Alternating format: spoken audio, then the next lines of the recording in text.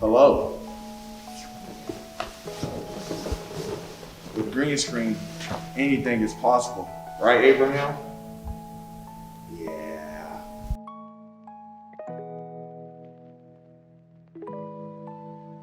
Or you could be basically using a video and having an animation on that. What do you think? Never mind my death. We're gonna get back into the video here. For starters, make sure you have green screen footage and make sure that Premiere Pro has been downloaded. Open up Premiere Pro and select New Project. Name your project and specific location where you want the project files, then select OK. Now that you're here in the open window of your project, you want to start importing your media. Select the import media to start by double-clicking on this area or do File and Import. Then select your green screen footage, then click Import. Now that your imported files, put it in your timeline and find a scene that you want to green screen. You may want to crop your video or just want to take a picture and use it to green screen, so find the best scene. Now that we got our scene here, we're going to be setting the green screen up. To do so, make sure you go to your Effects window, then go to Video Effects, Keying, then scroll down to Alter Key. Drag Alter Key to your video timeline's video or double click it when it's selected. Now that we have it here, go to Effects Controls.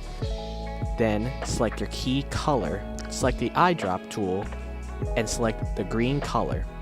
You may see that it might not be perfect, so you may want to change your settings. Selecting Setting and select Aggressive, Relaxed, or Custom. Changing your matte generation might also work. You have Transparency, Highlight, Shadow, Tolerance, and Pedestal. You also have Matte Cleanup as well to change your settings to make sure your green screen effect is good as possible. Choke, Soften, Contrast, and Midpoint.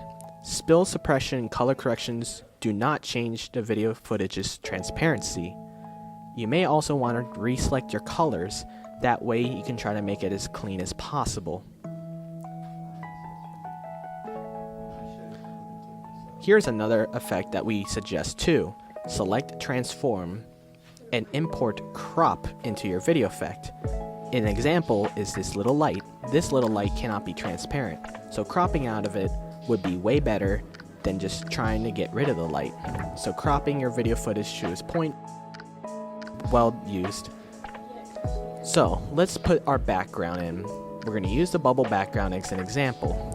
Make sure that the background is not on top of your video footage. You have to want to have your video footage on the top part of the video.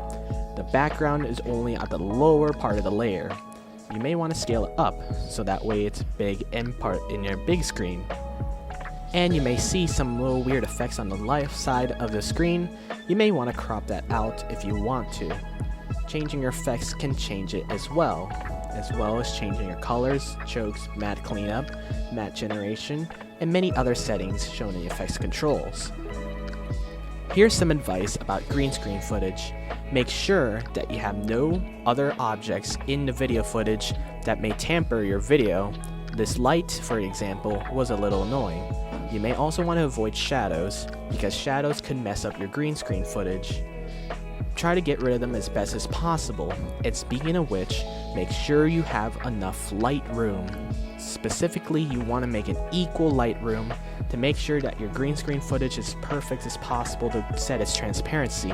A little shadow could mess up the video footage transparency effect with the green screen, so make sure it's set as best as possible.